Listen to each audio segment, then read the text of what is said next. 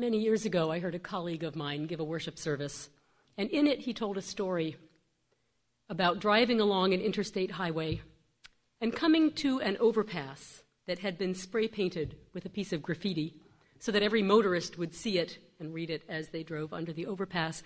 And the graffiti said in great crooked letters, "What song are you singing?" Now, it starts as a rather trivial question. It could be a really annoying question if you had just managed to get an irritating jingle out of your head, and then you read that and it popped right back in again. We all know those songs that we sing over and over, not because we choose to, but because we can't seem to stop. But my colleague heard the question as a much more profound inquiry. And as he reflected on it, he suggested that our lives are our songs as we move through the world. And the music that we choose to put out there affects the melodies and harmonies of the entire universe. So it's a very important question to ask ourselves. What song are you singing? What music are you putting into the world? We're here today to raise up a song of faith, a song of hope, a song of love. And this morning, in this season of winter, of dark and cold, I imagine that song as a choral piece that weaves together three distinct melodic lines, all related, but each with a simple beauty of its own. The first melodic line is the pagan song of the winter solstice. We honor the ancient peoples, lighting their bonfires on the hills to call back the sun. Although winter is only about to begin for us, we know that already we're nearly at the longest night of the year. Already the year is beginning to turn. And we know that in the midst of the darkness, we can have faith in the light. We sing praises that still that light is shining on, and we commit ourselves to shining our own light of faith more brightly. Then the second melodic line in our song of faith is the Jewish song of Hanukkah. We honor the courage of Judah Maccabee and his followers, and the triumph of the rededication of the Holy Temple in Jerusalem. We celebrate the lighting of candles to remember the miracle of the oil that burned for 8 days, keeping the eternal light burning until additional oil could be procured. And we sing praises that still that light is shining on. And we commit ourselves to shining our light of hope ever more brightly. And then the third melodic line in our seasonal song is the song of Christmas. We honor the baby born in Bethlehem and the promise of hope and joy that accompanies that birth and every birth. We celebrate the Christmas star that reminds us that in the bleakest of times, unto us can come tidings of great joy. We celebrate a baby who grew up to teach people to love their neighbors and even their enemies. And we sing praises that still that light is shining on. And we commit ourselves to shining our light of love more brightly. So we're here today to raise up a song of faith and of hope and of love, a song rich in harmonies and resonance that is sung by people all over the world. We add our voices to the mighty chorus that declares that out of darkness shall come light, and out of oppression shall come freedom, and out of sorrow shall come joy. We're here today to raise up that song of faith and hope and love. But it would be foolish to pretend, given our troubled world and given the events of recent days, that such a song of faith or hope comes easily or naturally to our lips. Our singing voices may feel small and weak, challenging the forces that seem to work against us in the world these days. Our prevailing culture, as the phrase goes, does not always seem to welcome our song. And we may feel foolish or naive or vulnerable trying to offer a song of faith and hope and love at all. We believe in the inherent worth of every person, we say. And then we watch one of those people whose inherent worth we champion go out and kill innocent children. And we wonder how such a thing can happen in a world that we seek to make a world of love. And our faith trembles. How do we shine our light? How do we sing our song of faith in humanity's potential for goodness and love when we come up against the worst examples of what people can do to each other? How do we sing a song of peace in a world that is filled with fighting and unrest? One of my favorite Christmas carols is not necessarily one of the most popular carols, probably because it's not very cheerful. But it's I Heard the Bells on Christmas Day, with words by Henry Wadsworth Longfellow. And I invite you to listen to his words, and I ask you to please forgive him his sexism. He was writing in a time when gender-inclusive language simply was not the common practice. And to try to change it destroys the scanning of the poetry so thoroughly that I simply ask you to hear it in its historical context. I heard the bells on Christmas Day their old familiar carols play, and loud and sweet the words repeat of peace on earth, goodwill to men. I thought how, as the day had come, the belfries of all Christendom had rolled along the unbroken song of peace on earth, goodwill to men. And in despair I bowed my head. There is no peace on earth, I said, for hate is strong and mocks the song of peace on earth, goodwill to men. Then pealed the bells more loud and deep. God is not dead, nor doth he sleep. The wrong shall fail, the right prevail, with peace on earth, goodwill to men. Now there's a song of faith and hope and love, but unfortunately it's one that, for many of us, it's hard to find helpful. It would comfort me greatly to believe that under the watchful, sleepless eye of God, the wrong will fail and the right will prevail. But for one thing, that's not exactly how I understand God. And for another, it's not what I see happening in the world around me. If it were that simple, we would not be together this morning reeling from the death of all those innocent children. Sometimes hate is strong, and it does seem to mock the song of peace and goodwill. And where does that leave us as we struggle to raise our song of faith and hope, and as we search for light in the midst of such a deep and troubling darkness? I was visited by a profound and disturbing sense of déjà vu as I listened to the news on Friday and thought about writing a sermon for today. Because Friday was exactly 20 years to the day, December 14th of 1992, since the school shooting at Simon's Rock College in Great Barrington, Massachusetts, when Wayne Lowe killed one student and a professor and wounded 4 others before he surrendered to justice. It was the first of the modern-day school shootings, before Columbine, before Virginia Tech. It was horror on a much smaller scale than many that followed, and many of you probably didn't even hear about it or may not remember it.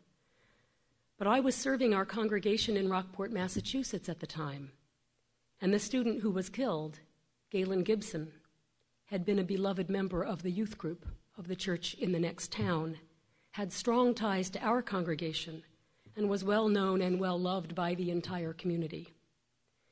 And everyone's hearts were broken. So there we were, in the midst of the Christmas season, seeking to think about faith and hope and love and songs of joy and goodwill, and living with this tragedy.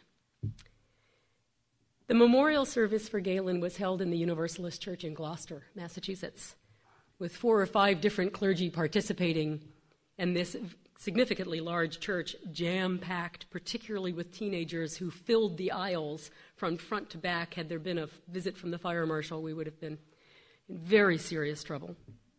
The teenagers, of course, were alternately sobbing and laughing and singing as we made our way through a service to celebrate and tell stories about a young man who had been so full of life. One minister wept as she talked about our broken hearts.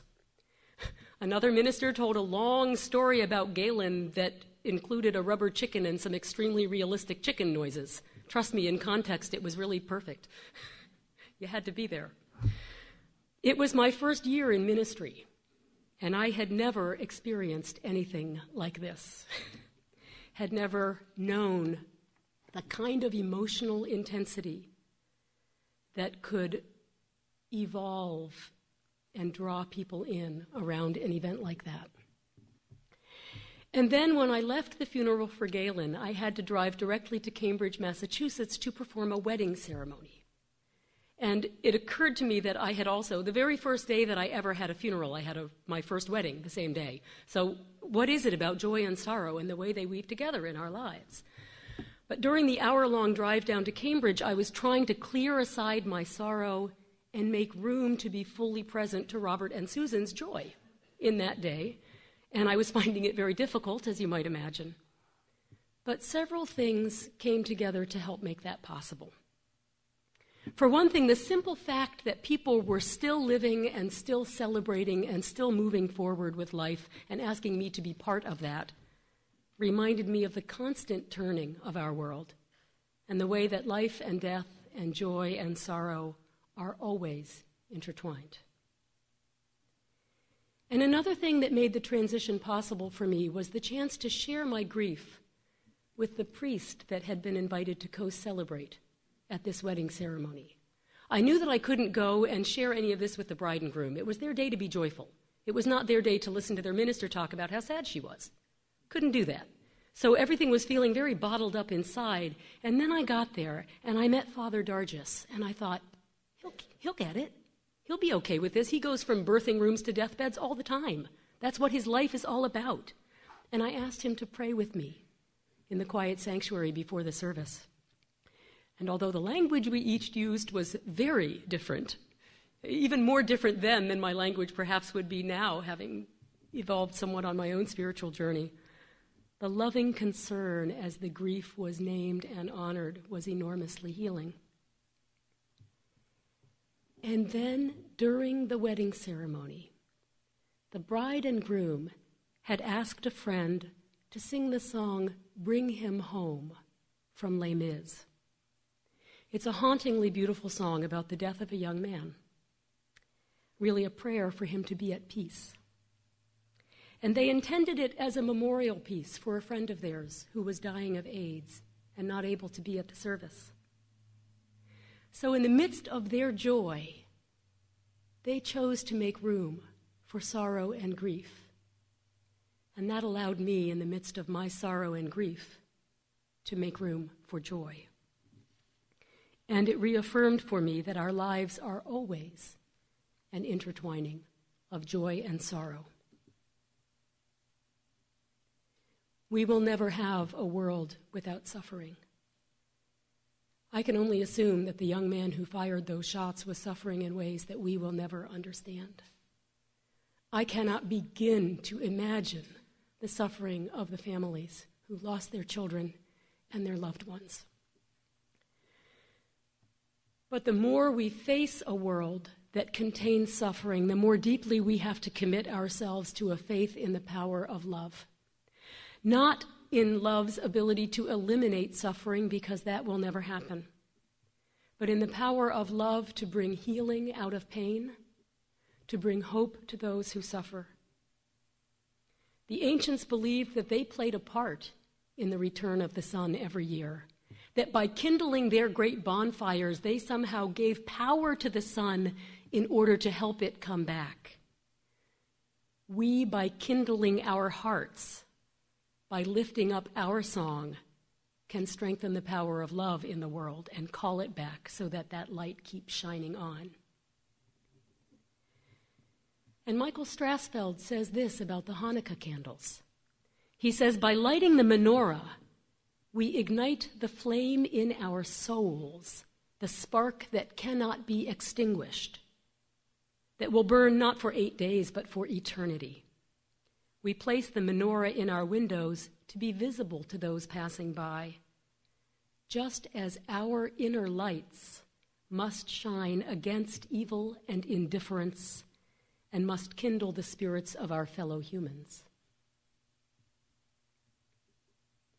And Christians speak in the time leading up to Christmas of preparing their hearts for Christ to be born, not just in Bethlehem, but within them, so that the light of love and compassion can shine out of each of us into this world. Each of these holidays remind us that hope and faith and love can come unbidden when we least expect them and when we most need them. But each of these holidays also asks us that we do our part to join in, that we nurture within ourselves the qualities that this world most needs. And I don't know what Longfellow meant when he wrote his stanza that God is not dead, nor doth he sleep, the right shall fail, the wrong shall fail, the right prevail, with peace on earth, goodwill to men. But I choose to hear it a little differently after thinking about this. I choose to think that maybe his point is not so much that a wakeful God will create peace on earth so that right can prevail, but rather that not until we are able to create peace and goodwill on earth, not until we learn to sing that song in the face of all the hatred and the fear, and sing it louder and stronger all the time, not until we do that will the wrong fail and the right prevail.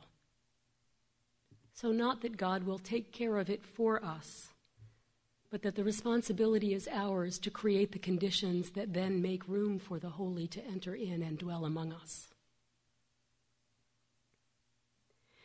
Our reading this morning, as I said, was a sonnet, and so it ended with a sestet, as many sonnets do, that final set of 6 lines. And for some reason, my spell checker does not like the word sestet.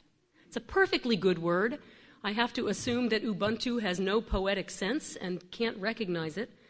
I had the same problem because we downloaded a European version of Ubuntu, and so it wants the British spellings of everything.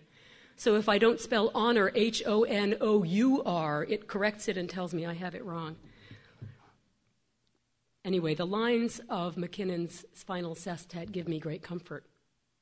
Yet it is not the years that deal us so, but we ourselves, who throw our little light against the world of dull, insensate stuff and fail to keep it shining. This we know, in us a spark remains. We fan it bright again and yet again. This is enough. So often that's just how it feels. We throw our little bit of light out there, and it doesn't seem like enough, and we can't tell if it shines brightly enough to be seen, and we think we may have failed. But in us a spark remains. We fan it bright again and yet again. This is enough. Each small bit, each time we remember to fan that spark, each time we stand up against violence, each time we stand up to work with groups like Heeding's God Call that are working to prevent gun violence in our communities, each time we take one small step, that spark is kept alive. And if we keep that spark alive, then it catches and ignites the spark in others as well. Albert Schweitzer once said, "Sometimes our light goes out, but is blown again into flame by an encounter with another being. Each of us owes deepest thanks to those who have rekindled this inner light."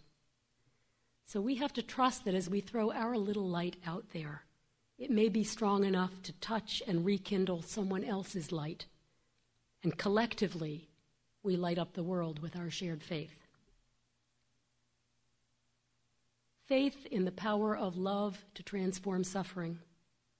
Faith in the power of love to bring light in the darkness. That's a faith I can hold on to, because I've seen it in action, and I'm willing to bet that each of you has seen it in action too, sometimes in small ways, sometimes in large. In fact, sometimes it's in the greatest pain and the deepest sorrow that love sometimes shines most brightly. This is not exactly the sermon I had intended to preach today. Friday's events changed that for me. But I maintain that there is more joy in facing the world and celebrating with our eyes open, with courage and compassion, than there is in hiding from reality and celebrating an isolated and insulated world. The holidays come to remind us that faith and hope and love are constant beacons in our lives. The solstice reminds us that even in this time of deepest winter darkness, already the world is preparing to turn back toward warmth and light. Hanukkah reminds us that great faith and courage can triumph in the face of oppression, and that we can rededicate our hearts and our lives to the service of all that is good and holy. And Christmas reminds us to listen for the angel voices and join in their song. Unto us a child is born. The miracle of birth brings joy to the world again and again and again. And with each birth, the birth of each child, the birth of love in our hearts, or the birth of a dream of peace on earth and goodwill to all. With every birth comes fresh hope and possibility and promise. At the memorial service for that young man who died at Simon's Rock College, someone got up and called to mind the line from the old movie Harold and Maude, where Maude is dying and Harold can't accept her death. And you need the context of knowing that Harold is a profoundly maladjusted young man. Maude is this iconoclastic, glowing soul of an elderly woman, and Harold has come to know love for the first time in his relationship with Maude. It's brand new to him. And so, of course, he can't accept her dying. And he says, as if it could stop her from dying, he says, "But I love you, Maude." And she replies, "Good." Picture Ruth Gordon. "Good. Now go out and love some more." As people of faith in this holiday season, we are called to go out and love some more. We're called to love fiercely. We're called to set aside our petty differences that waste so much of our time and energy and devote ourselves instead to our common commitments. We're called to risk looking naive, to risk making fools out of ourselves, to risk being vulnerable, and to find the deep strength that sustains those who love. We're called to raise up a song of faith and hope and love, to sing it at the top of our voices, and to draw others with us into the song. In the spirit of all that is good and all that is holy, in the spirit of love, may it be so.